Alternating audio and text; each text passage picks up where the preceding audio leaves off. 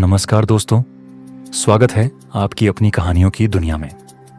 आज हम आपको बताएंगे उस नन्हे क्रांतिकारी की कहानी जिसने मात्र 12 साल की उम्र में देश के लिए अपनी जान दे दी। ये कहानी है भारत के सबसे कम उम्र के शहीद बाजी राउत और उनके साथ बलिदान देने वाले वीरों की।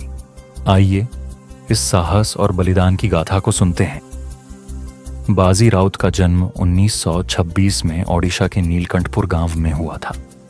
एक गरीब नाविक परिवार से होने के बावजूद उनके भीतर बचपन से ही देशभक्ति और अन्याय के खिलाफ आवाज उठाने का साहस था।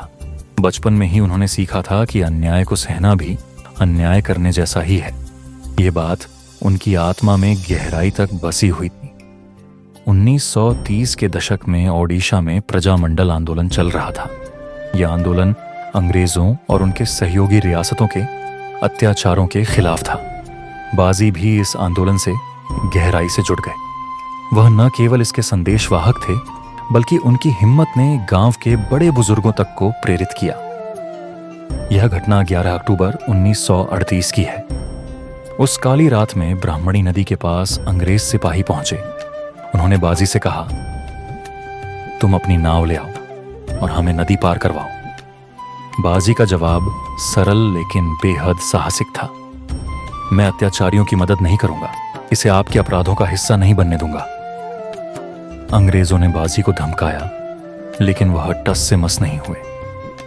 वह जानते थे कि अगर उन्होंने अंग्रेजों को नदी पार करवाई तो वह गांव के निर्दोष लोगों पर कहर बरपाएंगे। बाजी ने अपने छोटे से कंधों पर पूरे गांव की जिम्मेदारी ले ली। अंग्रेज सिपाही बाजी की बातों से क्रोधित हो गए। उन्होंने कहा, क्या तुम्हें अपनी जान की परवाह नहीं है?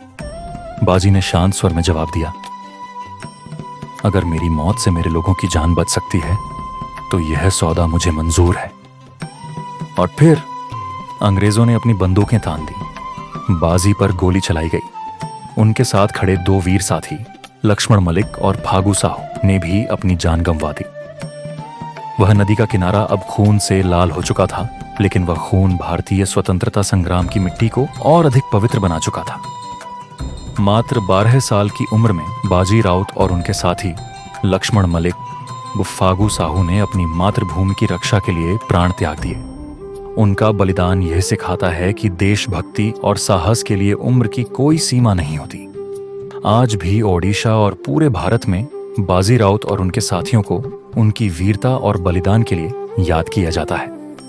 उनकी कहानी हमें बताती है कि किसी भी अन्याय के खिलाफ खड़े होने के लिए हर नागरिक का योगदान जरूरी है, चाहे वह कितना ही छोटा क्यों ना हो। तो दोस्तों, यह थी भारत के सबसे कम उम्र के शहीद बाजी राउत और उनके साथियों की कहानी।